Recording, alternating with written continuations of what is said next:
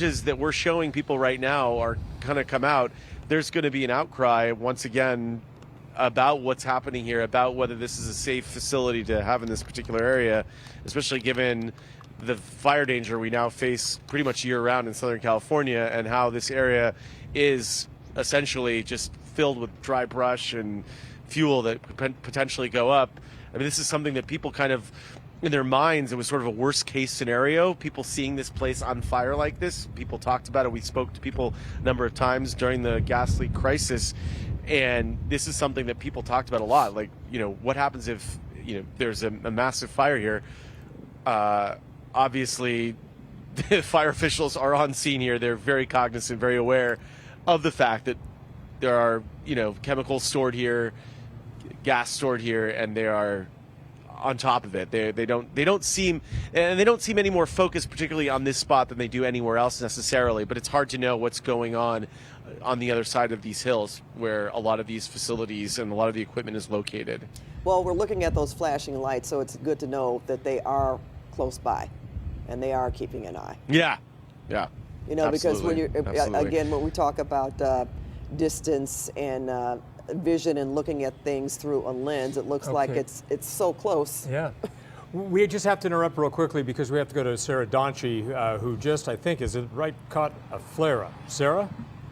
Porter Ranch. In Porter Ranch? Sarah, do you hear us? I mean, in a matter of seconds, we were standing underneath that house and that tree, and it is just insane. My photographer is somewhere in there. I can't see him anymore. But we need to get out of here immediately. I am just in awe that firefighters are able to, whose house is burning down right in front of us. This is an absolute... All right, well, Sarah, you need to go. I think that will, and we're seeing the pictures from her photographer, so he's not in there, meaning in the fire. Which is almost what it sounded like. What it sounded like. That's pretty scary. Okay. So we hope that they're both gone. I'm sure we lost the shot, but... See, that's what happens. Even out there, you think, oh, we're okay. We're going to walk up to the house. We're just going to see what's going on, and it hits like that. At a moment's notice. And because fire is at its own whim. And this is why everybody tells you, not just news vans, not just fire trucks, but everybody, when you're in a fire area and fire is around you, you face your vehicle outward. You back in and you face it outward, because there's no time to go in reverse. To see what's behind you, no. That's for sure. All right, well, I imagine this shot is still in the Porter Ranch area. Not exactly sure which camera. I'm not either. Because I don't believe. This is from a little earlier. Was this an earlier shot, Ronnie? All right, this was the tape from the chopper. I guess this is when Stu was on his way to the Porter Ranch area. Earlier shot, Ronnie? Right, so this is a fire that has moved so far west, jumping the 210 freeway, jumping the 5 freeway, sneaking under the transition roads, catching buildings on fire, threatening an apartment complex,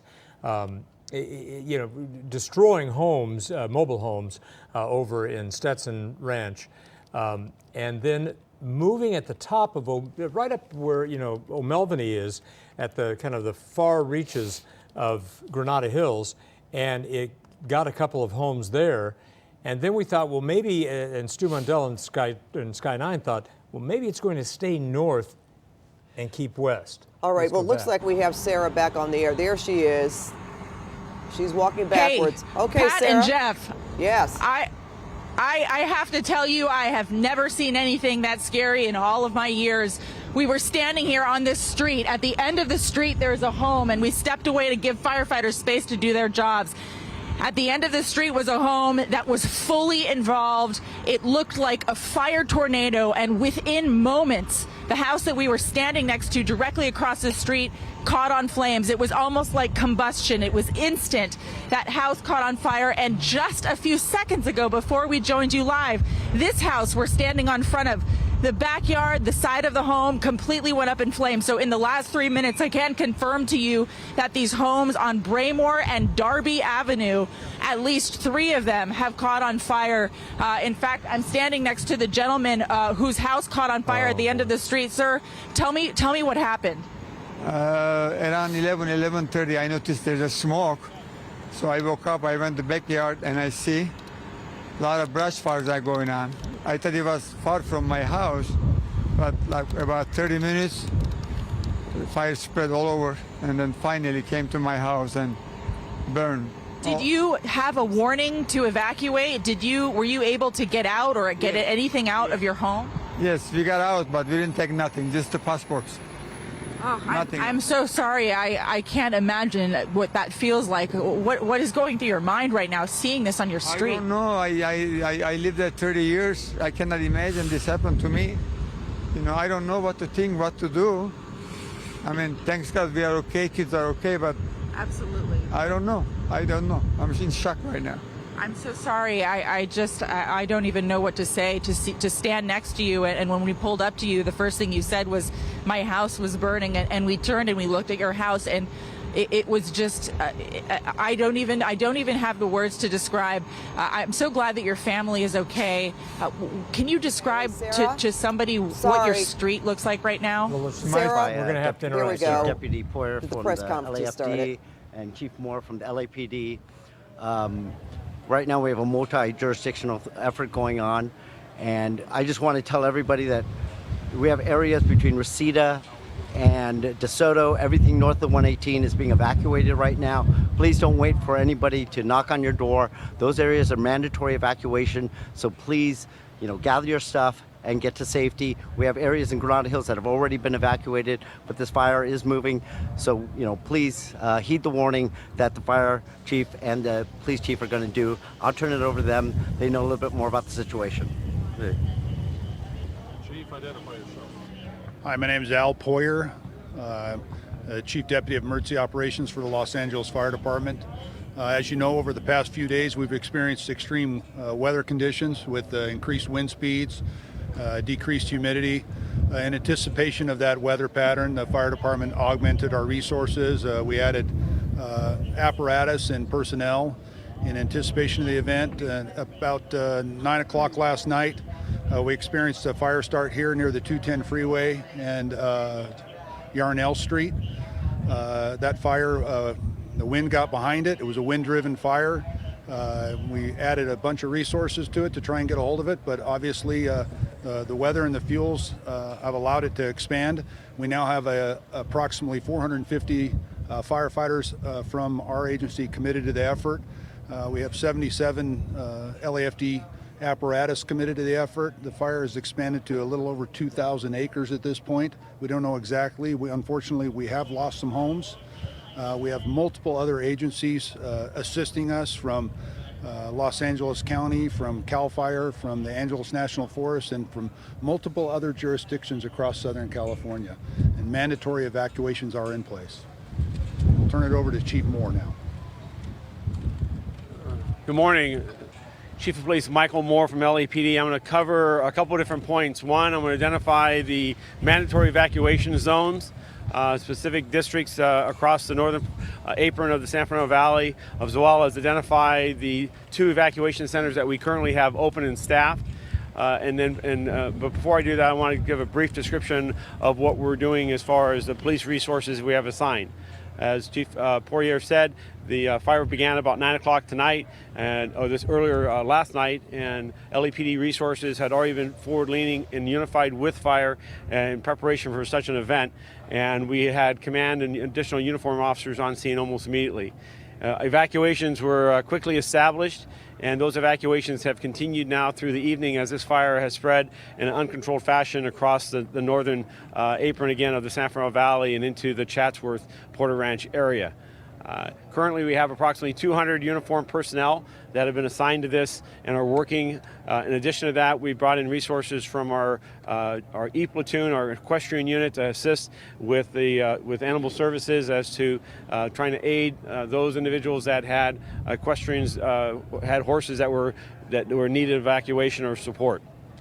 The mandatory evacuation zones are as follows: beginning from the east and moving west, Roxford, west, north of the 210 freeway. So if you are north of Roxford and in the 210 freeway, working your way across that apron, you should not be in those areas. The next section is north of Cbsn, west of Balboa to Tampa Avenue. That's north of Cbsn, west of Balboa to Tampa Avenue. And the last section is, and this is a very large and expansive area, and this is north of the 118 freeway from Tampa west to the county line, which is approximately, I believe it's Deer Creek Canyon. These areas encompass more than 100,000 residents. We currently have 2 evacuation centers that are open, one at the SYLMAR Rec Center at 13109 Borden. That's SYLMAR Rec Center 13109 Borden. The second one is Granada Hills Rec Center at 16730 Chatsworth. That's 16730 Chatsworth. Again, those facilities are not just, they're staffed, they're secure. The present mission of the Los Angeles Police Department to support a fire, and joining with Captain Lewis from LASO, is to provide the safety and security of these closed areas. So as people are being asked and directed to evacuate these areas, we need people to leave now while they can. Earlier this evening, I was in areas that had been ordered evacuated and saw residents attempting with small hoses and other tools to combat a fire that was simply out of control. Not only do they jeopardize themselves and their lives, but they jeopardize the lives of firefighters and others that have to come and try to rescue them from these circumstances. So when you're told to leave, we mean for you to leave. It's for your safety. It will save your life. If you stay in those areas, we cannot guarantee you that we'll be able to find you and rescue you if you're overcome by flames. These are large and expansive areas. That's why we have the hundreds of officers being brought into these areas to patrol and secure them. If people see suspicious activities as they're leaving these areas, or they believe that people are trying to enter these areas through security systems or otherwise, I would ask that they call 911 and give us that information. We have dedicated police resources in these communities. They will stay in these communities until these communities are repopulated once this fire is under control. I want to thank the citizens and the communities and in the North San Fernando Valley who have already largely abided by these orders and are supporting and allowing our first responders to go out and do the critical work that they need to do to save lives and save property to the greatest extent possible. Thank you. We now have Captain Robert Lewis of the Los Angeles County Sheriff's Department. Good morning, everyone. Captain Robert Lewis, LA County Sheriff's Department, assigned to Santa Clarita Station. Working closely with my partners here at the Incident Command, we've identified some areas that are closed in and out of Santa Clarita. So as we know, the morning commute is going to be coming up. There's going to be a lot of people that are going to want to leave Santa Clarita or get into Santa Clarita for work. We ask that the community be patient as they're leaving and coming in and out of Santa Clarita. Right now, the freeway is closed with the California Highway Patrol at Newhall Avenue at the 14 freeway, and you can only go northbound on the 14 freeway. You cannot go southbound. As you leave Santa Clarita, the other point of egress or point of leaving Santa Clarita is going to be through the 126 out to the 101 and out the 101 area. So we ask, as everyone wakes up and realizes their commute is going to be a little bit longer, please be patient. Please work with us in law enforcement. We're working with all of our counterparts here to make sure that everyone is safe and everyone gets out and gets to work. But please be patient as you leave, and thank you for all your help. We can now take a few questions for the speakers. Chief Boyer, if you would, where's the closest point where this fire is moving to the west toward homes in a populated area? Do you have enough engines there to put them in a line to basically stop or deal with anything should embers be hitting those homes? Yeah, that was one of the big challenges. Is this fire was a fast-moving fire pushed by the strong winds. It's burned in a westerly direction along the north side of Cbsn Boulevard. It went from the area here in SYLMAR and has burned all the way across into the Porter Ranch area.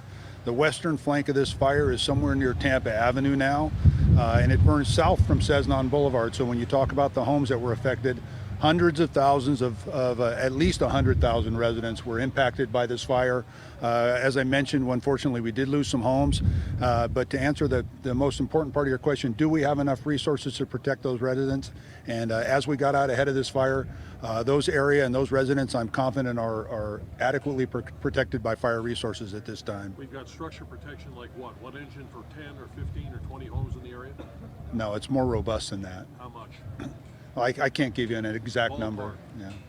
I think a ballpark would be that we have an adequate number of fire engines to protect the homes that are in that area right now. Chief, you mentioned you lost homes. I know it's early, but do you have a general estimate number of homes, and mostly in what area? Yeah, it's just difficult for me to predict. I did personally drive the fire line earlier tonight, and I did recognize that we did lose some homes. I did see some homes burning in those areas. Really impossible to predict how many homes we lost, but hopefully we've kept that number to a minimum. Any injuries? We have no reported injuries at this time. Is the weather going to cooperate as far as dying off in the wind a little bit, which may stop this fire's advance to the west, or is it going to continue to stay at these velocities? Yeah, unfortunately, the wind is predicted to pick up when the sun rises. It's probably going to, the wind speeds will increase, and we have reduced humidity. So we're going to stay vigilant. We've put in an order for additional resources, and the expectation. All right, hello everybody. This is Jeff Michael along with Jasmine Veal, and we're now breaking into your programming on CBS 2 to bring you a news conference and update on a massive wildfire that has been burning for about the last 5.5, 6 hours. Let's listen in. And South Ops. Make the request. Chief, does the LAPD remain on citywide tactical alert? Yes. So and if I could, Al. I'm sorry. So currently the city is on, the police department is on citywide tactical alert that allows us to conserve our resources and allow us to focus on those pressing needs, which right now clearly is this fire. Challenges still exist across the city. As a city as large as we still have crimes reported, and we still have violence that's occurring. So we are trying to, we're stretched thin tonight. I would say for the men and women of LAPD that are watching this is that we are currently, and they live north of the city of Los Angeles, that we're currently working with our partners in the LA Sheriff's Department as well as CHP to establish some caravans. So I need them to pay attention to their phones and pay attention to communications. We'll be releasing instructions for them to find a means of which to come into the valley, as well as our ability to get officers who have been here and been on shift for 15 to 18 hours to get them home to get some rest. This fire and the rehab of this is going to go on for hours, if not days, and so we've got to cycle our people in and out. I'd also like to bring up Los Angeles County Fire Department Chief Dave Richardson. Thank you and good morning. David Richardson, Chief Deputy Emergency Operations for the County of Los Angeles. As we continue to work to suppress this fire, just wanted to point out that this is a unified effort amongst our law enforcement partners and fire agencies here involved, City of Los Angeles PD, as you've seen, as well as the County of Los Angeles Fire Department, or excuse me, the County of Los Angeles Sheriff's Department and the U.S. Forest Service as we move forward. The fire currently is approximately 4,600 acres. As we move forward, the LA County Fire Department has over 300 personnel committed, close to approximately 80 fire engines out there and trying to get ahead. It's important to note, as Chief Moore mentioned, as the fire burns across if you recall the Cbsn fire, approximately 2006, 2007, a number of years ago, it's the same footprint. So if we look into those county communities, Browns Canyon, Twin Lakes, Indian Springs Estates, as well as Aliso Canyon, those are all mandatory evacuations as well, as this fire continues across the city of Los Angeles, through the county of Los Angeles, and ultimately, as we've seen with the Woolsey fire and other wind-driven fires, this most likely will end up in Ventura County before it's all said and done. So just to reiterate, an important fact of the matter is, if we can learn from past fires, the Woolsey in particular, please heed the directions of your public safety officials. Evacuate. Do not wait to be asked to evacuate. Please take the warning and leave when you have the opportunity to, so you allow your public safety officials to come in and make a difference within your communities and protect your property. Thank you. And just again, to clarify, right now acreage scorched at 4,600? We're approximately 4,600 acres, yes ma'am.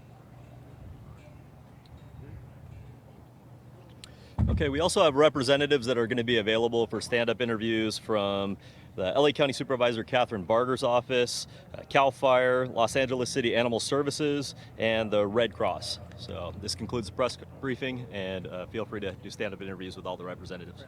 Thank you. Okay, we are moving the command post to Hanson Dam at this point, so the command post here will be shutting down and we'll be moving all operations over to the Hanson Dam. So the next press briefings will be at Hanson Dam. What time, Brandon? I'm not sure on the exact timing on the next press briefing, but it will be, over in that location. We'll notify you via social media and our normal channels.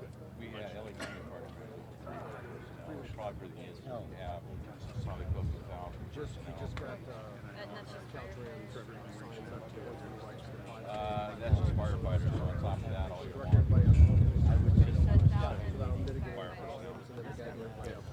All right, DeMarco Morgan, everyone, here with Jasmine Veal, just stepping in now for our own Pat Harvey and Jeff Michaels, continuing our coverage of this fire, this what's becoming now a massive wildfire. Some of the most important moments or points, I should say, that LAPD Chief Michael Moore said in this press conference here. He said to leave now while you can. There are mandatory evacuations in this area and of course, throughout this area. I want to send it over to Sarah Donchi now. She is there with the very latest on this developing story. Tell us exactly where you are and what are the elements like. So, DeMarco and Jasmine, we're standing right now at the intersection of Darby and Braymore in the Porter Ranch area. And I want to tell you about an experience we had a couple of minutes ago that really illustrates the power and truly the terror of this fire and how scary it has been for the people who live here. Just down the street at the end of Darby a couple of minutes ago, I'm going to play you some video of a house that we basically walked up to it and it was burning. Within a couple of minutes, not only was it burning, it looked like it was consumed by a tornado of fire. And shortly after that, in the few minutes that I was talking to the homeowner, who was certainly devastated to see his life's work and his home in flames, suddenly, almost instantaneously, a house across the street more or less combusted. It caught fire and it was raging just as intensely as the other fire. So we've been out here traversing the area. We've been in SYLMAR, we've been SYLMAR and Porter Ranch and a few other places in Granada Hills. What we saw here was some of the worst of it, guys. Even talk about the warning. Did they get enough warning to get out? Obviously, they did make it out in time, but did they talk about the evacuations? Did they adhere to the warnings there?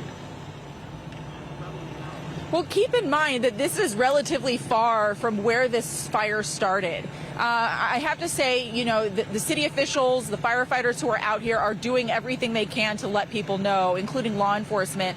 But we have talked to a few people who were frankly caught off guard. They simply did not have time to get everything out. However, the positive news here is their families made it out. Certainly that is the most important thing. So as far as we know, no injuries here at this home, but the conditions were just so bad that it was hard to believe that even firefighters could have stayed to fight that fire, DeMarco. All right, thank you very much. And Jasmine, I also want to point out that Chief Michael Moore said, speaking of this resident who basically watched their home go up in flames, said that he's heard that residents have been attempting to put fires out by themselves with their own hose, and he's saying do not do that. That is not the way to handle the situation.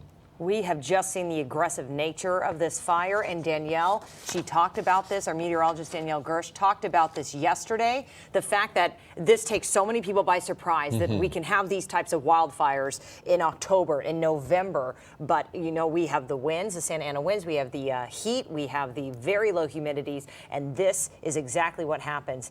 And you do, DeMarco, you said it, you have to listen to those authorities when they put those mandatory evacuation orders in place, even the evacuation warnings. You have to be ready to get leave out. Because you can always get your home. You can always get another home, but you can't get your life. Christy Fajardo is standing by right now with the very latest. Christy, we're just joining the set. Exactly where are you, and paint the picture for us. I'm actually on Sheffield Lane in Granada Hills, where sadly we've been watching a house burn. There it is behind me. You can see all of the resources that are here. There are fire engines and firefighters. We've seen them coming out with their axes and also dousing that house with water, and they have not been able to save that home. There are also very anxious homeowners who live in the house next door watching all of this unfold. And if you walk with me, I want to show you what firefighters are up against. Right now it appears something else is burning behind this house. You can also see that it is raining embers. That is why so many spot fires are starting and why firefighters really have their hands full as they're putting all of their attention on a house like the one that's burning. You get these embers flying, they can get under eaves, they can also catch other trees on fire, and before they know it, another home is burning. So right now the situation is very tense out here. Firefighters doing their best to try to get the upper hand on this fire, but with these winds, they really have a lot of work ahead of them. Let's send it back to you. All right, can you also talk about residents there? Did they adhere to any of the evacuation warnings? Have you seen people still trying to stick around in that area?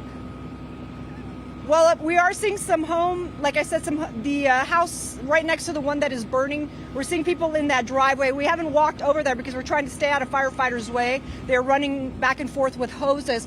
As we were driving in, we saw one man out with a garden hose trying to save his house. Right now, that house is not on fire, so hopefully the situation stays the same for him. But what we've seen time and time again is when we get these firestorms, a garden hose sadly will not make a whole lot of a difference. Once those embers get under the eaves of a home, or perhaps if a palm tree catches fire, it becomes a very difficult situation. Even firefighters fighting them sometimes cannot save a home. All right, Chrissy, thank you very much. And you again mentioned another resident trying to put their fire out, the fire that's burning their homes. Then you should not do that again. Those are the words from LAPD Chief Michael Moore. He also said something very powerful during this more recent press conference. He said, and I quote, "If you stay in those areas," this is regarding the mandatory evacuations now, "if you stay in those areas, we cannot guarantee you that we will be able to find you and save you." That's all I need to hear. And they are focused on preventing other homes from burning. They don't want to focus on rescuing you and using those resources to go in and get you out of the way when people should have already evacuated. And it's devastating what we've seen and how fast moving this has been. We do have Tom Waite in Porter Ranch in the Aliso Canyon area. Tom, those flames still just burning so strong behind you. Yeah, hi, good morning to you, Jasmine and DeMarco. Yeah, very scary scene here for a lot of people in Porter Ranch, because for a lot of people, this scene is one that was sort of a nightmare scenario for them. This is the very infamous Aliso Canyon gas storage facility, and we all know back in 2015, this is the site of that massive and catastrophic gas leak that was really the epicenter of so many health issues and worldwide headlines in such a disastrous effects of what happened after that gas started leaking from this area. Now we have the whole hillside excuse me, of this entire section of the storage facility on fire. Now, I have been told by fire officials on scene they're not worried about any sort of massive explosion or some sort of interaction between the flames here and the chemicals that are stored at the facility. They say the way the gas is stored here, the way the chemicals stored here, does not present a major issue. Of course, it's still an issue just having a fire burning here, but nothing in terms of more of a more serious event. So I don't want people to panic when they see fire and the Aliso Canyon gas well facility here and think, oh my gosh, when these two things combine, something horrible is about to happen. That's not what firefighters are telling me here on the scene. However, that does not mean they are not attacking this with as much urgency as they can. Those flames, by the way, whipping back up as the winds are picking back up here, just much more gusty and much more powerful here as the morning hours have gone on. And that's the problem here, as we've been describing on several different locations of this fire, just constantly whipping it up, picking it up. And we were in Granada Hills a little earlier tonight on Jolette, where some of the first homes went up. I want you to listen to, we talked to a homeowner there, just heartbreaking. He just had left his home, came back up, and it was engulfed. I don't know, around 9:30, 10 o'clock, we saw some fire on the hills back there in SYLMAR. We're just watching for updates on the news. We heard it jumped the 5 freeway and was in Sunshine Canyon, and we just started grabbing the kids and the dog and my father-in-law, and we got out. We went down to Vaughn's and got some water and got them all settled, and then I came back up here just to see, and the house it's surreal, you know. I mean, I was somewhat prepared, but we didn't get anything out. We lost pretty much everything, just clothes on our backs. That's it. We didn't get out with much, but we got our family. That's what counts. Definitely, that is what counts for certain there. Absolutely so glad that everyone was okay there. That was Drew Silver you heard from. And right now, we are getting full blast. The wind blowing back toward us right now. Fire is consuming all of this dry brush. There's just tons of fuel here in front of us. And you can see those flames just ripping out in front of us. A wall of fire coming towards us really at this point. I don't want anyone to worry too much. I mean, there's a lot of distance between us and those flames. But this fire, this weather, it just keeps whipping around back and forth. One direction, you get the flames coming, and then it blows it back the other way. You can hear all that, the sirens there, police racing through these neighborhoods. We've heard them making evacuation announcements. They're driving through on the bullhorn, telling people to get out. It is a very dramatic scene out here. I can't tell you how many police officers, firefighters driving through these areas trying to get people to listen to them to make sure they're not staying in place when they need to leave. And just really a surreal scene, and probably absolutely a tough situation for so many people, especially many of us who grew up in Southern California. I grew up in an area where the base of the San Gabriel Mountains, we were evacuated. It's terrifying. It's frightening. You don't know what you're going to come back to. My family's had to leave their home too before. We all know what this is like. It's very hard. And especially people like Drew Silver who go back up the hill after they leave just to find everything gone, and just that dramatic, huge inferno and his house obliterated. Yeah, Tom, you said it right. It is most certainly terrifying, and just to grow up in this area, as you said, you have, it's got to be devastating just to watch these communities go up in flames. Real quick, you talked about authorities not wanting people to panic, especially when you think about what happened years ago there at the Aliso Canyon gas storage. It's kind of hard not to panic when you think about those conditions. Yeah. Tell us, you said the winds have pretty much picked up. Tell us, how have the conditions and elements changed over the past couple of hours since you've been out there? It's crazy because you'll have like 15, 20 minutes where it feels like everything's dying down and the embers stop blowing around, and you see the flames kind of laying down on the hillsides. And then all of a sudden, out of nowhere, the wind will just whip back up, pick back up, and you get what you see behind me here. Look, you can see those flames. I mean, just in the past few minutes that I've been speaking with you guys, you can see those flames are jumping even higher.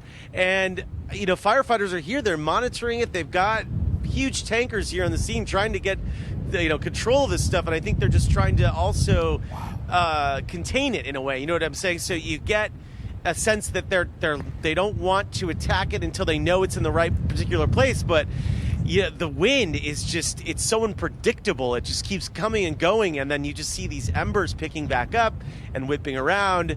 It's just really dramatic and very scary. And just looking at this in front of us, I'm sure you guys can see, you get a sense from these images that we're showing you how scary it is. Well, sure. We hear it. We hear the wind. We see the embers flying around. Yeah. I think a tree on fire back in the distance. Tom, stand by.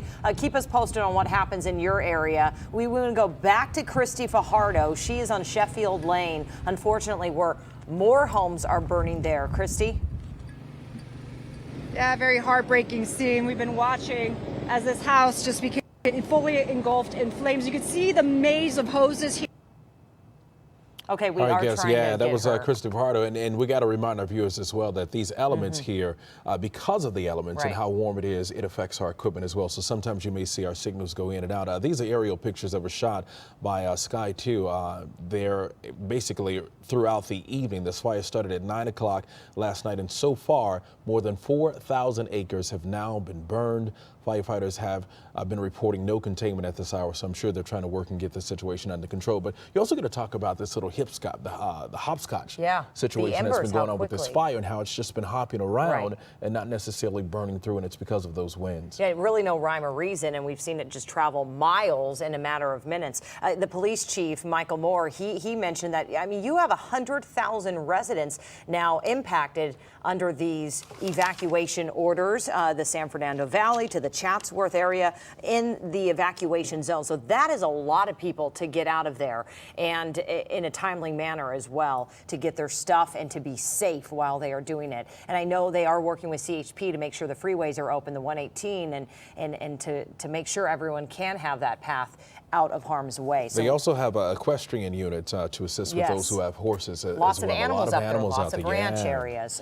Okay, so Christy, we're working on her signal. Again, as DeMarco mentioned, it is very patchy. Our cell phone reception, their cell phone reception is very difficult, probably with all the fire and the utility line. So let's go back to Sarah Donchie. She is in the Porter Ranch. She's at Darby and Braymore. Sarah, just the scene that we saw there, the homes devastated, and how quickly they also burned. Yeah, it was almost spontaneous combustion. And we talked to a neighbor a couple minutes ago whose house was damaged. And that is the exact way he described it. He said within 10 seconds, his neighbor's home went from totally fine to completely engulfed in flames. I want to see if we could give you a little bit of a better shot of the end of the street here where some of these homes were damaged. I do want to caution you, as you've been seeing in some of our reporting this morning, because of the fire and weather conditions, cell service has not been good here. So we're going to do our best here. But I just want to show you, what I want to point out to you is how shockingly common this scene is in so many neighborhoods in this area. It is almost as if it is the equivalent of a house fire on every other block here. That is just how serious this is. And look at this video that we shot. This was the situation I was describing to you when a home at the end of this street basically was just a raging inferno. Perhaps the most terrifying moment of my life. My photographer stayed calm, and it was just amazing at how calm and collected the firefighters were. Although when that house went up in flames, you heard the urgency in their voice. There was shouting. There was a major scramble to see what they could do. At that point, there was no saving that house. It was a matter of protecting themselves and protecting the people on this street. Wow, but what a morning, what a night here in the Porter Ranch area. Sadly, this neighborhood, it looks so much like some of the other ones that we've been to today in SYLMAR and Granada Hills. This fire is just so widespread, and the conditions are still so windy out here. And just listening to your coverage of that news conference, it is heartbreaking to hear that the winds could get worse. So we're just going to have to keep an eye on things out here. But there is a lot of mopping up happening. And if you give us a few seconds, I hope our signal is still okay. But we are just walking up to that house that was destroyed by flames just a little while ago. It looks like there's probably not going to be much left of it. There's still a lot of water in the air. The firefighters are still out here trying to make sure there are no hot spots, which, considering we're in the middle of this massive wildfire, and Sarah, doesn't matter much. Let me step in for about 30 seconds just to allow you to catch your breath. We'll stay on this shot and continue to follow you, but we want you to be safe as well. I can tell you're struggling just a bit, and you can only expect that with being out there with all the smoke and the water and stuff. But just her stories of what she's telling us about how residents, the guy saw his neighbor's home go up in flames. In a matter of 10 seconds, it was just a different scene. This is most certainly heartbreaking. She said it, just to watch people's livelihood just go up in a matter of seconds. Again, if you could continue to tell us where you are right now and paint the picture for us. So it's a little difficult to hear you, forgive me, but we are now standing in front of that house that went up in flames. We had the video of it we showed you. There's really not much left of this house. Not much of a foundation, no walls, no roof. The house is gone. I'm so sorry to say, but the house is not here anymore. Of course, it is unfortunate. Sarah, do you get a sense that firefighters are getting a handle on the situation? Of course, it's moving and it's growing. We're now talking about more than 4,000 acres burned. Do you get a sense that they're getting any type of control, some sense of control over this? DeMarco, the thing is, there are just pockets of an inferno, and when they get control of one of those pockets, something else happens, in the next neighborhood over or in the next city over. It's just, it is hard to fathom how anyone could get a handle on something that is so fast moving and frankly so devastating. So no, you see them get control of the fires in one neighborhood and then it just moves to another. It's really something to see. And of course, you're just hoping everyone got out in time. I know you spoke to a lot of residents who, were rushing away from the scene here. Do you have a sense that a lot of people did make it out of these neighborhoods? They were evacuated? Well, I do think that most people have given us the indication that they were able to get out, which is good. We have, as you've reported, there have not been any reports of injuries. Certainly, that is the news that we were waiting to hear. However, I will say this. There have been many instances tonight where people had just a couple of minutes to grab belongings. One of the men we spoke with whose house was damaged said, if you're on the fence and you're not sure about whether or not you should leave, you need to go. Don't wait for the evacuation order, just leave, because things can change so quickly. I mean, this house was standing here an hour ago and it's gone now. All right, Sarah, let's listen to someone that you actually had a chance to interview, one of the evacuees.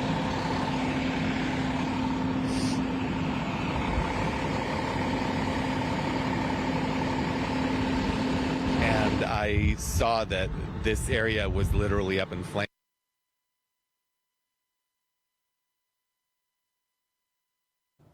All right, again, so we continue to experience a little technical difficulties, but that's what you get when you're dealing with breaking news, especially wildfires, hurricanes, you name it. When I had the experience in the South with that. In covering these situations, I covered the Paradise Fires and stuff when I was here for a couple of weeks. You got to also remember that it is extremely tough to report in these elements, and also tough for our first responders who have no other choice but to go in when so many people are running out. So you could hear in Sarah's voice when at times she needed to, just take a second just to breathe for a bit. Do we have Christy Fajardo's shot back, guys? Is Christy still available? Okay, let's head it over to Tom Waite right now. Tom is in Porter Ranch, not too far from the Aliso Canyon gas storage facility. Tom talked about how he grew up in this area, and of course, this is an all too familiar scene. Tom, where are you now? What do you have for us? Yeah, guys, right now I can tell you there's still a lot of police activity, a lot of paramedics and firefighters in the area trying to make sure this area is clear.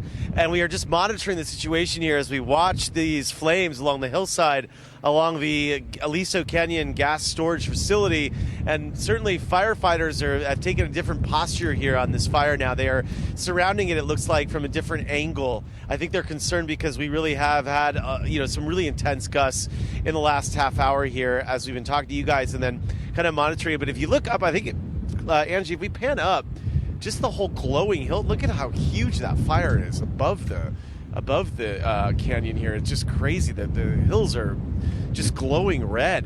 This is a huge area, but it is definitely in a very precarious situation here from the perspective where we are right now. It just looks like a huge swath of this storage facility property is being consumed or in danger of being consumed by flames. And I do want to repeat again what we've been told by firefighters is that the chemicals that are stored here are stored in a very safe way so that they don't want people to be extremely concerned. Of course, they want people to be concerned in the sense that if they order an evacuation, they should definitely comply.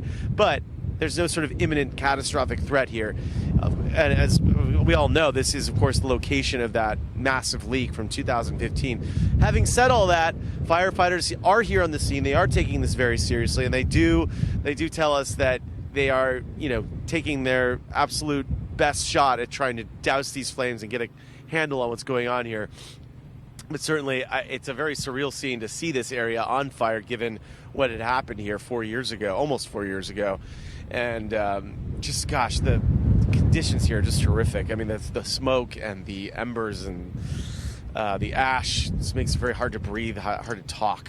And we just continue to monitor the situation. There's a number of homes across the street along Cessnon, not too far from where we are. There's also a number of subdivisions that are gated here in the area that also obviously have many, many homes and many families that live in these areas. Many have evacuated and obviously just concerned about what they might come back to, given that, there's so many people who came back to homes that were gone tonight. And firefighters have done such an amazing job protecting the ones that they can, but sometimes these embers, as we know, just can, get stuck under a roof tile, or in an attic, or catch something else that fuel on fire. Well, Tom, this is everything we feared that would happen yesterday. This is everything, all the precautions that were put in place, the extra staffing at the fire departments, the helicopters and the personnel that were brought in just to prepare for something like this. And unfortunately, to have something this devastating and strong erupt and being fueled by those Santa Ana winds. Were you, I think earlier, Tom, do you know anything more about the LA County Sheriff's Department evacuating about 280 people from a juvenile detention facility as well? Apparently these kids were given masks. We were on our way there actually to get a sense of what was going on there on the ground when they had to shut down the freeway, the 5 freeway heading toward the 210 because of the conditions. They wanted to make sure emergency vehicles were able to get through. But we did understand that they were taking precautions there. I don't know what ended up coming to fruition there. I don't know if they were evacuating, but my God, you guys look at this right now. This is just crazy. I'm sitting here looking at this picture. These flames on the top of this hillside.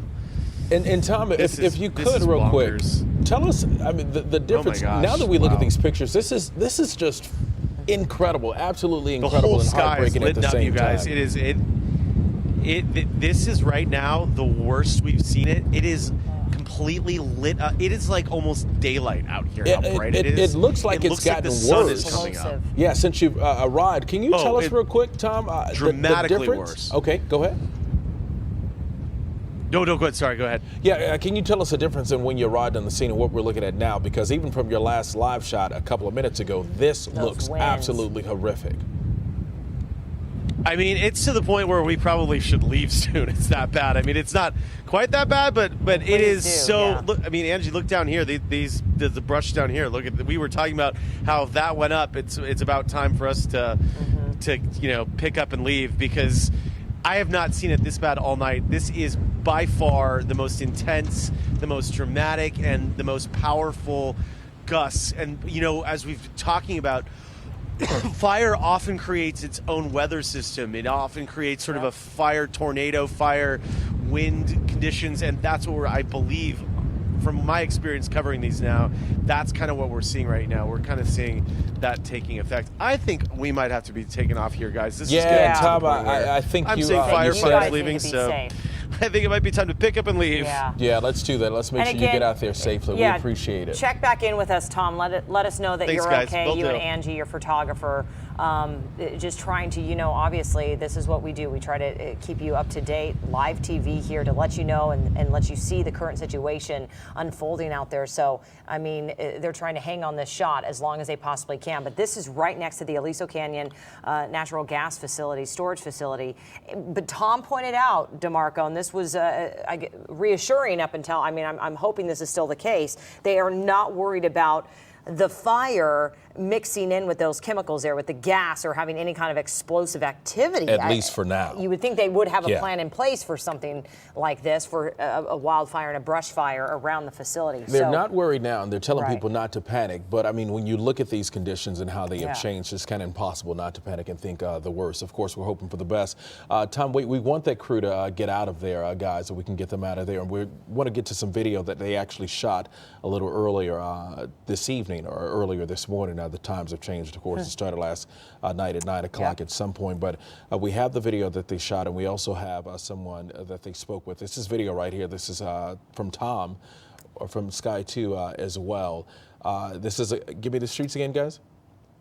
Gillette and Garris Avenue in Granada Hills. So one of the first homes, I think, to go up in flames. Yeah, that around we 1245. Yeah, one of the first homes, and now we have several homes that have now been destroyed there. But these pictures, when they come into our studio, it's kind of like, heartbreaking. I keep saying that word because it really is, and I don't want us to lose that sense of what's going on. Of course, there are pictures, and people, are looking at these pictures and saying, wow, but these are homes. These are people's livelihoods gone in a matter of seconds. Look at that house right there. This is unbelievable. I think Gillette Avenue. Is this the home on Gillette and Garris in Granada Hills? We just said, okay. And I think we spoke to the homeowner who rushed out with his family, got them out okay, but then this is what he told us when he was able to get back up there. We heard it jumped the 5 freeway and was in Sunshine Canyon, and we just started grabbing the kids and the dog and my father-in-law, and we got out. We went down to Vaughn's and got some water and got them all settled. And then I came back up here just to see, and the house is totally engulfed. It's gone. Well, it's obviously an insanely heartbreaking. 21 years. I'm just glad that you're okay and your kids are okay. We didn't get out with much, but we got our family. That's what counts. He said it right. We didn't get out with much, but we got our family. And to me, that's the most important thing. You can always get another home. You can get so much assistance that will be provided after this, but get out of this area, get out, get your family out. Chief Michael Moore said it a little earlier that some people are, sort of being a bit stubborn, trying to hang on to their homes and trying to put fires out with water hoses. That is not the proper thing to do. In fact, he said, and I quote, "If you stay in those areas, we cannot guarantee you that we will be able to find you and save you." That was so powerful, just coming from that area. But for those who have to evacuate, you got to have some place to go. And there are evacuation centers that have been set up in SYLMAR right now, 2. Actually, and they also have Granada Hills. Yep, and the Granada Hills is the other evacuation shelter, the rec center there. And these areas are secure, authorities pointed out. There's the information up on your screen. So we have the SYLMAR Rec Center at Borden Avenue. You have the Granada Hills Recreation Center at Chatsworth Street. You can go there. You can bring your pets as well. There's equestrian teams out there with the sheriff and the police department, I believe, helping. DeMarco, as you had mentioned earlier, at this point, the Red Cross, they mobilized very, very early to make sure they had all the resources in place. So they have cots, they have areas for people to sleep, eat, and just take shelter there for as long as needed. And also want to let people know that if you see any suspicious activity as you're getting away, as you're evacuating those areas, police want you to call them. Don't try to step in. Don't try to help your neighbors out. Just contact them. The best thing that you can do right now is to get out of that area. I want to talk now to Bernie Nazari, joins us now from the Red Cross on the phone. If you could tell us, what are you doing right now and what is your plan of action as this fire continues to grow by the second? Good morning. Well, we're currently doing what we normally do in terms of being able to provide shelter services as well as, sleeping accommodations and some food for those affected by the disaster. And we're going to continue to do that as long as the need exists. Any advice for those who are evacuating and who are concerned about getting assistance, don't know where to start, where to begin? Well, the easiest thing for them to do is either dial 1-800-RED Cross or go to redcross.org, and they can easily find where the shelter locations are there. And obviously, follow the evacuation orders and just come to one of our shelters. Bernie, what is the situation? How many people have you seen shown up to these evacuation centers? I'm currently seeing the population slightly growing, and I believe right around 100 or so between the shelters as of this moment. And you do have room for pets as well, correct? Even though the Red Cross shelter itself isn't handling the pets, animal control is there helping out. And I believe you can take the larger animals to Hanson Dam, and for smaller animals, LA City Animal Control has West Valley and East Valley shelters open and accepting animals. Bernie, this must seem just like yesterday we were all dealing with the very similar situation with the wildfires last year. What do you recall? I mean, just kind of tell me what you're thinking right now. I mean, Woolsey was just about a year ago, and we have this. It's a very seasonal thing, and we're generally prepped for it, and we also prepare for red flag warnings and whatnot. So this is just part of the course of living in Southern California, unfortunately. And Bernie, it's something, of course, California is no stranger to wildfires. This has happened years and years, for years now. But for those who may have never been affected or impacted by fires, what do they need to know when it comes to resources that are provided by the Red Cross when something like this happens, especially now that it's going on? Well, in terms of the current situation, it is basically take the stuff that you're going to need, your medication, whatever you might possibly need for the next few days, whatnot, if you have that ability. In terms of preparation, you can, again, go to our website, redcross.org, also our Prepare LA website, which I believe is preparela.org, and there's some resources there talking about evacuation plans and what kind of items you might need in your evacuation kit, and that would be a very good place to start. And I'm glad you mentioned medication and identification as well, because the first thing when something is on fire, you're trying to get out the house, you're not thinking. But guys, if you are watching us on CBSN Los Angeles, CBS 2 as well, and KCAL 9, make sure you pick up everything that you possibly can, the important information, and get out of that house, get out of that area. We want to update everyone on the evacuations that are in place. If you have friends, family in those areas, we have a map, I think from the LA Fire Department that they've created. Okay, so you see the areas in the red, those are under the mandatory evacuation orders, and also the yellow. Help me, DeMarco, my eyes are a little blurry, but yeah, I think that's you know what? I can't even see it. Warning areas. Yeah, okay, evacuation warning areas. All right, let's send it over to Christy Wide Fajardo area. right now. She has been reporting pretty much all night long, all morning long. Christy, again, let our viewers know exactly where you are. I believe you're in Granada Hills. I am, and I'm actually on Hampton Court and Chimeneas. We're one street over from where I was the last time that we came out live. And I want to show you, during the last live shot, there was a glow behind us. I showed you how it was raining embers. Unfortunately, we now know that glow was coming from another home that's burning here on Hampton Court. And Davu Matu actually tells us that this house became fully engulfed, and you said it was a matter of minutes. Yeah, within a matter of minutes. We just came up not too long ago from another fire right across from the canyon where we live. And we came up here, and this house was completely engulfed in flames. My dad's friends live across the street. They're helping them put that fire out. And this wind is just not making anything any easier. It's just scary. I mean, to be up at 3 in the morning fighting fires in this community, I mean, it will go like dominoes, one after the other. And you were telling me that you actually evacuated from your neighborhood, which is on the other side of the canyon, Right. and you came here because your aunt asked you to check on her home? Yeah, so we live in Granada Hills, which is right on the other side of this canyon, and we were putting out a previous fire from another house. An old couple couldn't move out as quickly as they anticipated, so myself and my brother happened to use hoses that we had in our backyard to basically put out the fire in their backyard. And as we did, then we came over here, and my aunt basically said, can you take a look at our house? We didn't think anything of it, but the fire moved within minutes over the canyon to this particular area, which is Porter Ranch. You know, sadly, you were telling me before that you saw the house of a childhood friend just go up in flames. Is it this house, or is it the one in your neighborhood? Actually, right here on this right side, that right house that's being put out by the fire is a childhood friend of mine. His house is literally being burnt to the foundation as we speak. I'm so sorry. Have you been able to? With him, no. You know, we want to thank you for checking. All right, again, your guys, family that and is your home is safe. I appreciate. Okay, kind of in and out the in and patchy out because reception of the there. conditions there. Again, we keep talking about this, so bear with us as we continue to bring you the very latest and developing information on this wildfire, which is now pretty much growing by the second.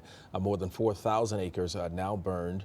They are telling people in a number of areas to get out, evacuate. If you know anyone in these communities, do not try to go to them. Make sure that they are trying to get out and get somewhere safely. They have 2 shelters that have been set up. One most certainly is in SYLMAR, and the other one is Granada Hills, the rec center there. And you know, let's take everyone back. This has been going on since 9 p.m. last night. It started as this 1-acre brush fire burning near Yarnell Street, according to the LA City Fire Department. They responded to that, but it just exploded. It quickly grew to 600 acres, high winds, low humidity, all that dry brush just combined to create this perfect condition for the flames. And what's making this fire even more frightening is that it's skipping. Yep. It's moving very fast, but it's skipping over like little spots and just catching little areas in neighborhoods, of course, on fire. I want to listen to Chief Michael Moore when he was very firm about telling people to get out and evacuate. As people are being asked and directed to evacuate these areas, we need people to leave now while they can. Earlier this evening, I was in areas that had been ordered evacuated and saw residents attempting with small hoses and other tools to combat a fire that was simply out of control. Not only do they jeopardize themselves and their lives, but they jeopardize the lives of firefighters and others that have to come and try to rescue them from these circumstances. So when you're told to leave, we mean for you to leave. It's for your safety. It will save your life. LAPD, talking to reporters a couple of minutes ago. He also talked about how there are 200 uniformed personnel in place to work with this fire, and also equestrian units to assist with those who have horses. We're looking at a map now. I can't read it because I don't have my glasses, but this is the evacuation map, so you want to help people out with this one. Right. So the areas in red, mandatory evacuations. The area in yellow, that's an evacuation warning. That's basically just telling you as a warning. It's issued when a mandatory evacuation is anticipated if this fire continues on the same path. So residents in this area just should be prepared to evacuate immediately. But you see how widespread, what a large area is under all of these evacuation orders, some type of evacuation order. And then look to the upper right, you see another patch of red as a mandatory evacuation. And you can see just how crazy this fire was. It jumped the 5 freeway. And that's going to be an issue this morning, DeMarco, because you have the 210 freeway from the 5 to the 118 closed. Oh, yeah, closed. Shut and down. It's already having an effect on traffic right now as we speak. When we talk about these evacuation warnings and orders that are in place, those who are looking for shelters, again, we have 2. One is in SYLMAR, the other is in Granada Hills. But we just finished speaking with Bernie Nazari with the Red Cross. And it's important to note that you can bring your pets, but the animal control is sort of taking care of that area. But just get to the shelter, get out of that place. Don't worry about trying to save your home with water hoses and stuff, because it's impossible. Well, you just heard that man Christy Fajardo was talking to. He said it was like dominoes, one after another. He could barely keep up. He was helping one lady put out her house on fire or with a hose, and then all of a sudden it was on his aunt's house or something, and he saw his friend's house go up. So it has just been out of control. And I do want to point out, our producer telling us that the northbound 405 at State Route 118, that's closed. So you need to plan ahead if you are even in that area trying to get to wherever you need to go. Just stay away. You know, your boss, if you're trying to get to work, school, they're going to understand. You need to plan ahead. This is a very serious situation out there. And guys back there, I wonder if we can show some of those pictures. I know Tom's crew, he's moved away from the Aliso Canyon gas storage facility, but we can find those pictures and show our viewers. That had to be the most incredible picture of the evening that I've seen in morning so far. Well, the winds had picked back up, and he was so close. And at one point, he felt safe, and then all of a sudden, he told us he had to get out of there. It was just getting too close. Said it was so bright that it feels like daytime. Right, and you could see, and we'll try to get that video from Tom, and we're waiting for our Cara Fenstrom.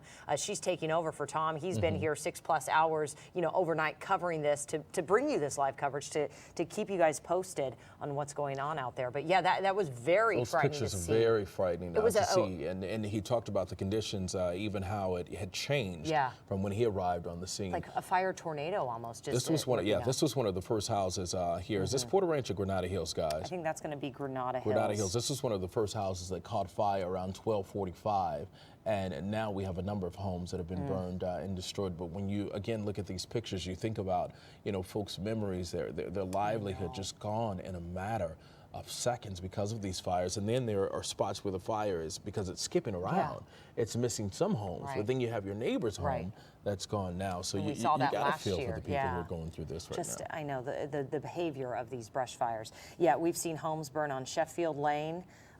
They're also at Darby and Braymore in Porter Ranch. Hampton Court in Granada Hills as well, and then homes along Cessnon. They're saying, actually Tom was telling us that they're watching those homes in that area. So there is a warning for people to get out if you live in that area as well. So we've seen water drops throughout the night, and I want to talk about the kind of staffing that's been out there. This was all hands on deck. Again, this is something that these fire personnel, these fire departments have all prepared for, and they're getting assistance from CAL FIRE, the Angeles National Forest, 450 firefighters just with the LA City alone are there, 77 Los Angeles Fire Department engines and other apparatus that responded to this. I mean, as of 3 a.m., you seen this fire explode to more than 2,000 acres. So you can only imagine how just quickly it's continuing to grow, and the resources they are pulling in for this. They have night vision helicopters out there to continue to do water drops. All right, let's head it over to Cara Fenstrom now. She just arrived in Porter Ranch. Cara, what do you have for us? Take a look. You can see behind us this fire burning down this hillside, and I'm going to bring in Barrett. He lives nearby here and has been kind of hopping around in his car all night long, seeing what is going on. And first, tell us about your home. Where is your home, and what have you been seeing? I'm over there north of Rinaldi up Wilbur.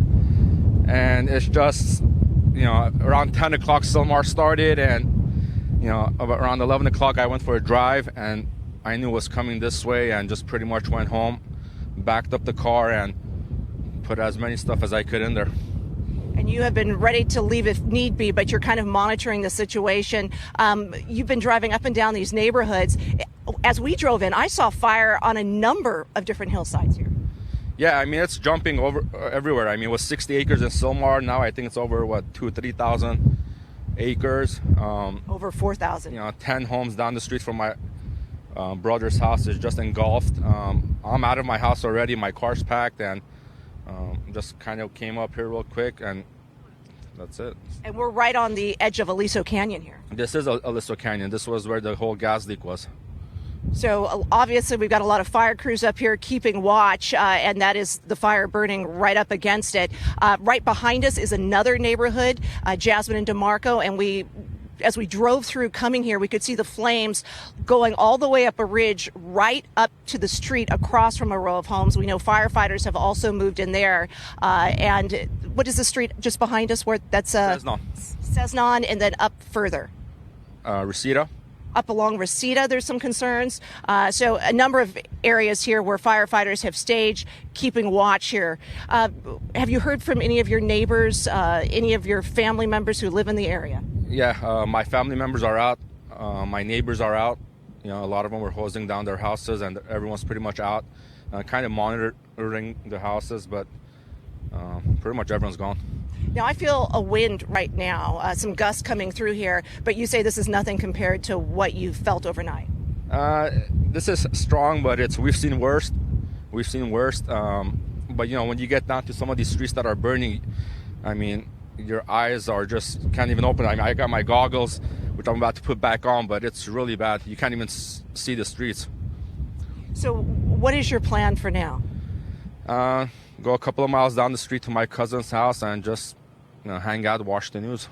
All right. Thank you so much for joining us. We really appreciate it. DeMarco, Jasmine, right now it's very smoky here, and we kind of alternate between seeing these flames kind of just leap up across this hillside and then just seeing smoke.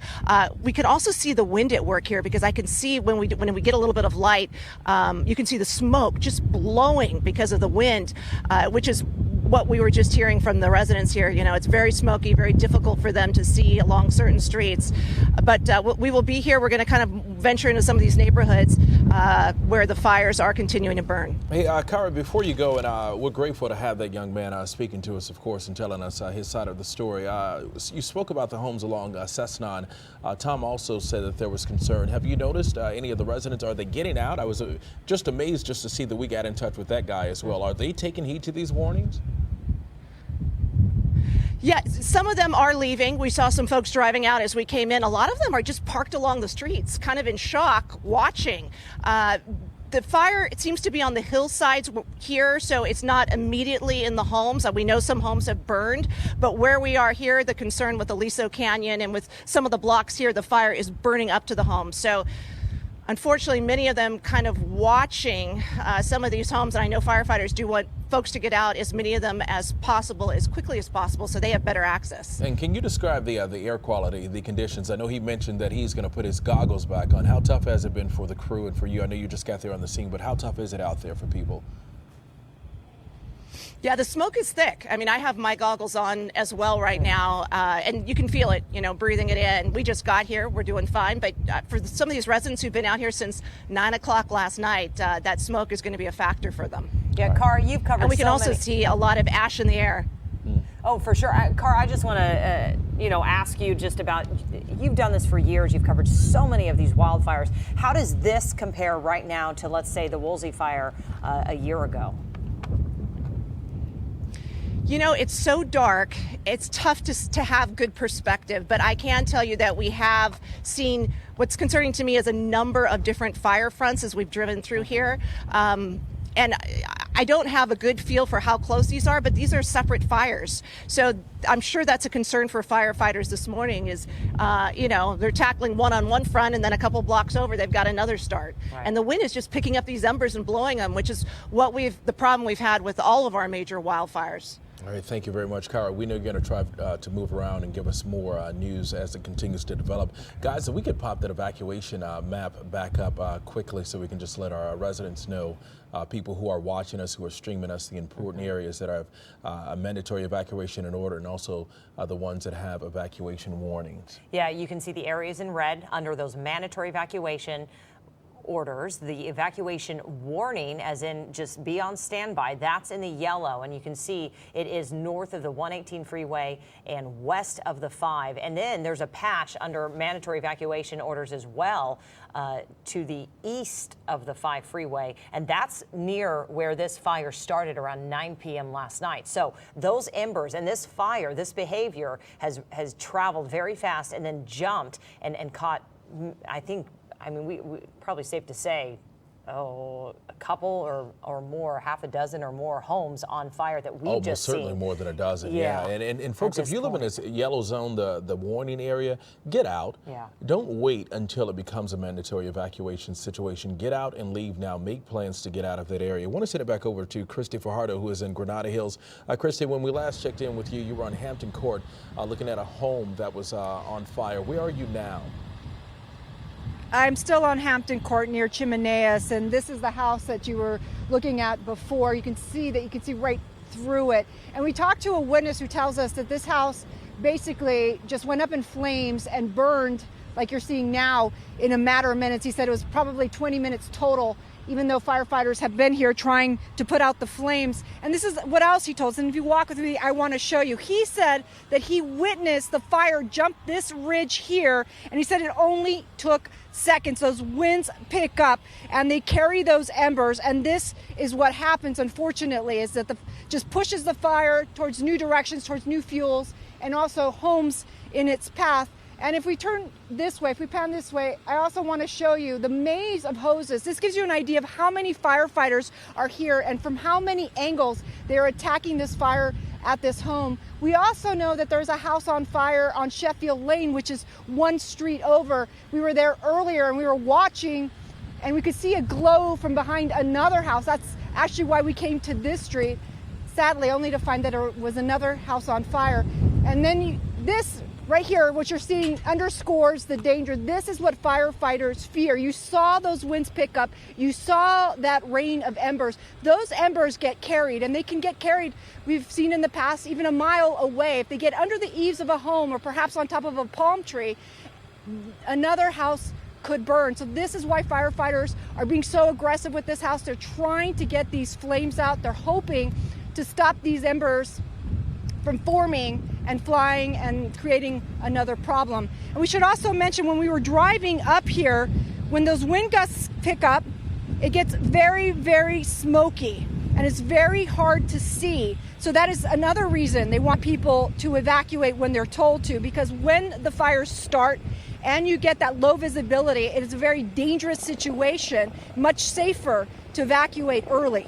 Let's send it back to you.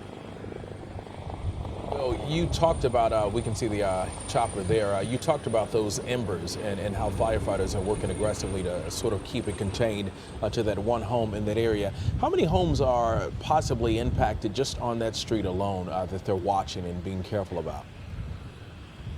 Well, the street that I'm on, we know this house is burning. We did talk to a witness who told us that there was a balcony, a deck of a home that was also burning, but he and some other neighbors got together and were able to prevent that fire from spreading. Unfortunately, no one was able to save this home. That same witness tells us the house that you're seeing here actually belongs to a childhood friend, and he was very upset and distraught that that friend no longer has a home to come home to. What about the conditions there now? You arrived on the scene. You've been there for the past couple of hours. Have you noticed the winds picking up, or is it pretty much an off and on situation? Well, that's the problem with these Santa Ana winds. They're not consistent. It could die down for a few seconds, for a few minutes, and then pick up again. And then also the wind gusts vary. Right now we are getting some pretty strong gusts, but we had stronger gusts earlier. And so, you know, they pick up, they die down, they pick up. Just makes it very hard to predict and very hard to fight. All right, Christy, thank you very much. We appreciate that. Wonderful job of reporting. Our entire crews, all of our crews that are out there putting their lives on the line just to make sure that we do our job and keep everybody updated and safe out there as we continue to take a look at these pictures. You see our crews just getting ready and doing their best to bear. And the embers blowing in the air. It's dangerous. And you think what just the ash residents are breathing in, all of that stuff. Exactly, and it's even hard to protect that. And firefighters have told me in the past, it's even with the paper mask, you're not protecting yourself from breathing in a lot of the chemicals and debris that's out there. So that's why people really need to get out, especially even of this area, just for that reason. And these are aerial pictures that were shot by Sky 2 a little earlier. It's impacting traffic pretty much everywhere. It skipped around a number of highways. We've had a list of those interstates and highways that have been impacted because of this wildfire. More than 4,000 acres have been burned so far. Of course, we should expect for that to get worse before the morning is out. Firefighters reporting no containment at this hour, but they are doing their best to get the situation under control. Also want to tell our viewers about now this is video from Tom Waits area, I believe, guys. The Aliso? Okay. Okay, oh, this is Saddleridge. This is Saddleridge. So this was one of the first homes that went up in flames. It actually looked just like Tom's video, which was crazy. It was whipping up. Yes, oh my. Yeah. But this is one of the first homes that caught fire here in this area. And just look at how the winds are whipping those flames. And Sarah said she was standing there talking to one neighbor, looked over, and that home just pretty much combusted, exploded. And this is in the Porter Ranch area. This is at Darby and Braymore.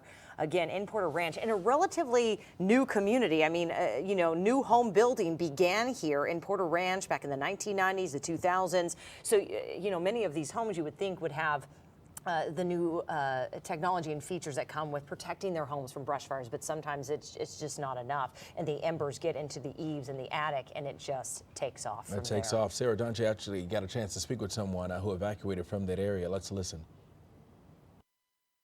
I have never, we've had a fire like this before, but nothing like this. That house, 1 minute we thought was no problem. We're fine. We're good. In, I would say 10 seconds, that whole picture changed because that house within 10 seconds was completely up in flames and there's nothing the fire department can do about it. If you think you're going to be the hero and try to put your house out with your garden hose, okay, think again. Your garden hose is like a squirt gun, okay? Just get in your car and leave. If you got 5 seconds to grab something valuable, take that 5 seconds. Short of that, get out of town. God, listen to him. Get out. You are no match for this situation. You're no match. You can't save your home with water hose. You can't save your neighbor's house.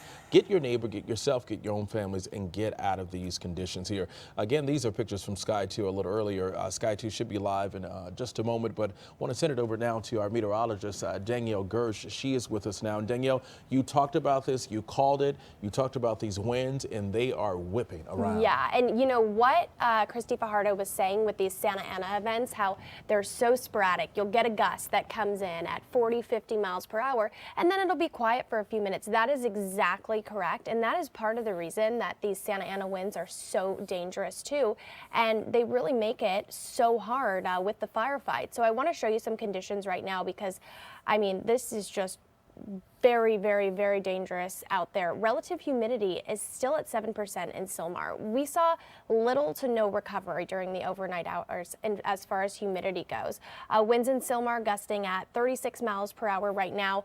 They're out of the northeast, and that is very typical for a Santa Ana wind event. Now, I use a tool that taps me into some of the higher elevations too, and just to give you an idea, the Newhall Pass right now, relative humidity is at 5% and winds are gusting at 50 miles per hour. So these winds are relentless and they're only going to get worse as the morning goes on.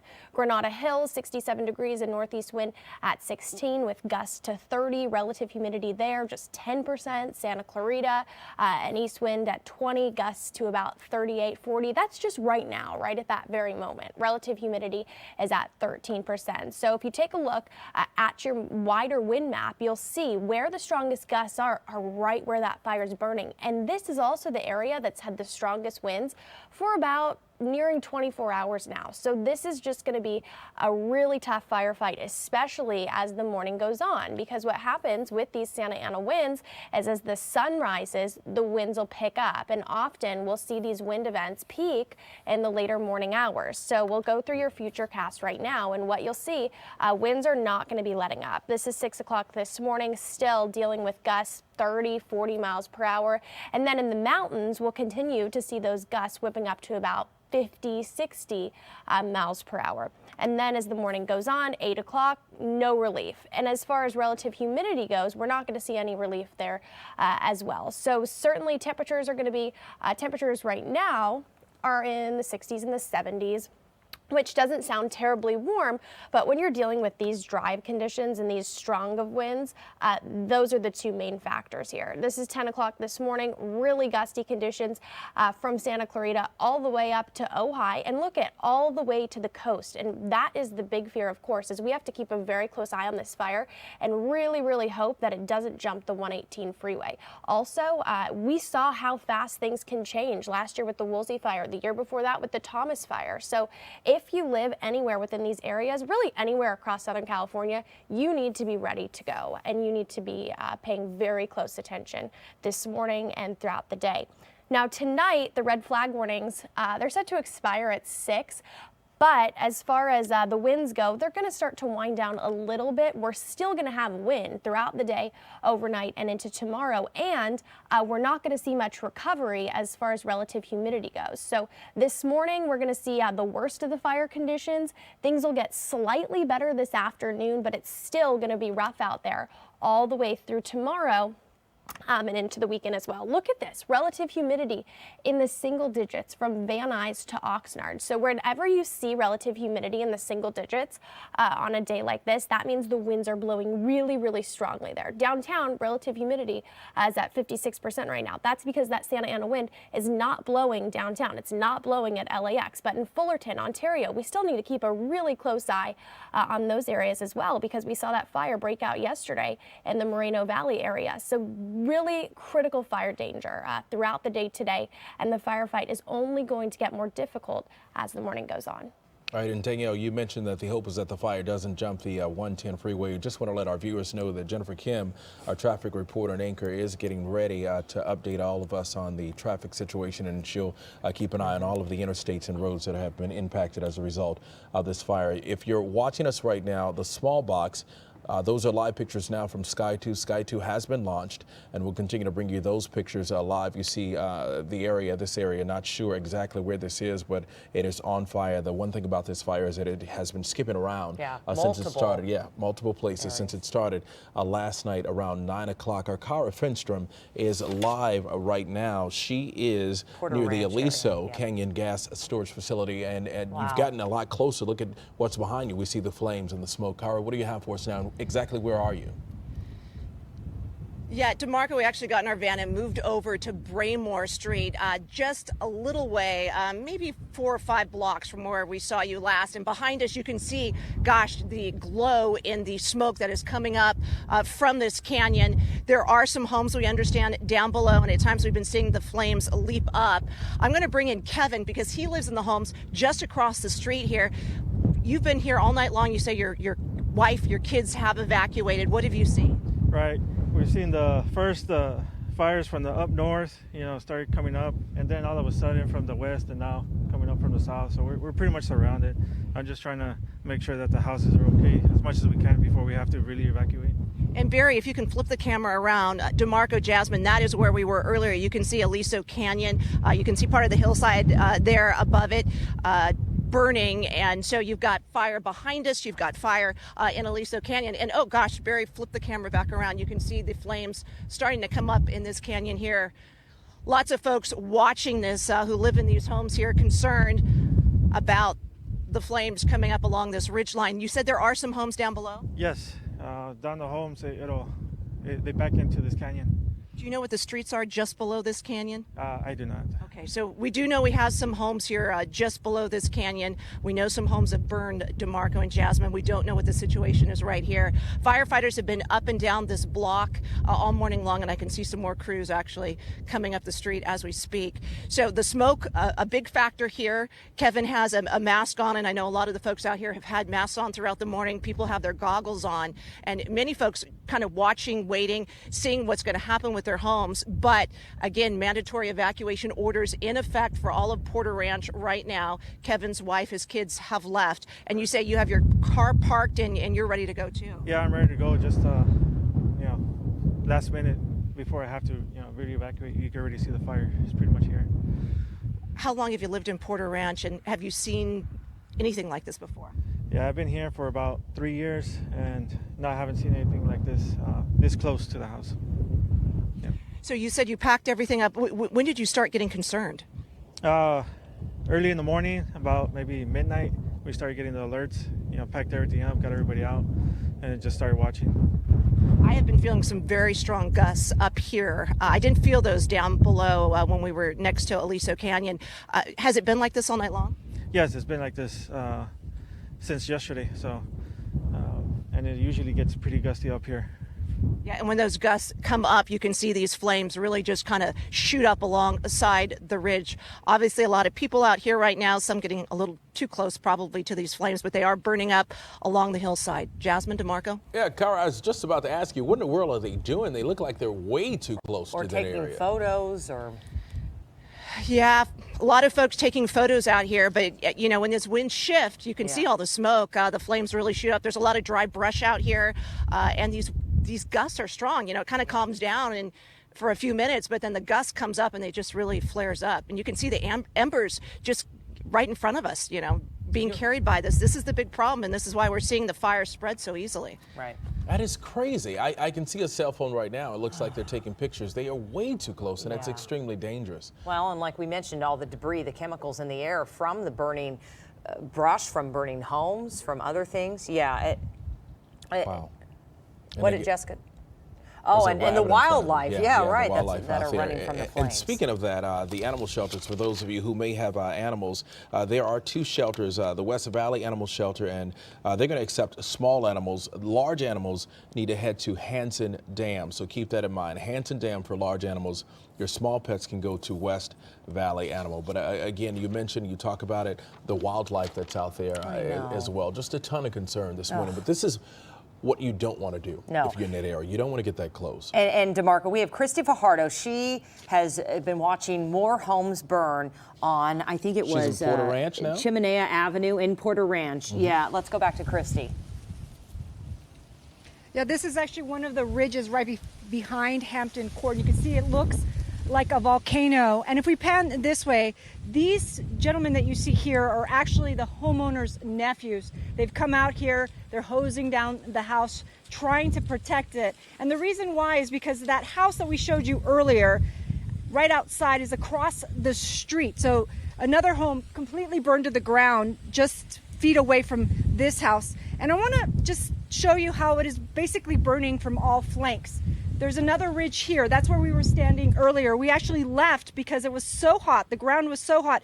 We could feel the heat radiating from underneath us, and we did not feel it safe. You can see right there some flames through some of the brush. So this is how massive this fire, and that's really how quickly it also spread, because people tell us it crossed this ridge in a matter of minutes. And I'm going to open the gate here so that we can get through. It's stuck, perhaps warped a little from the heat, because again, we even felt the heat of the flames radiating from the hillside. And right over there, you can see, is the house that is burning. Now, we know that the homeowner has come back. We're told that he has lived there for 25 years, devastated, too distraught to talk. Basically, we've been watching. It's just a shell of a home at this point. And you can also see all of the debris that has been tossed around here on the ground, burnt debris from the Santa Ana winds. And that is why firefighters continue to fight the fire at this house, even though clearly it is a loss. They are doing this in part to protect other homes, because as long as this house is burning, it has the potential to threaten other homes, because you get one of those big gusts Again, it picks up those embers and flies onto another house, and then you have another home on fire. And that's what firefighters are trying to avoid. And again, we've talked before, and just to give you an idea of how many firefighters are here, just look at all of the hoses.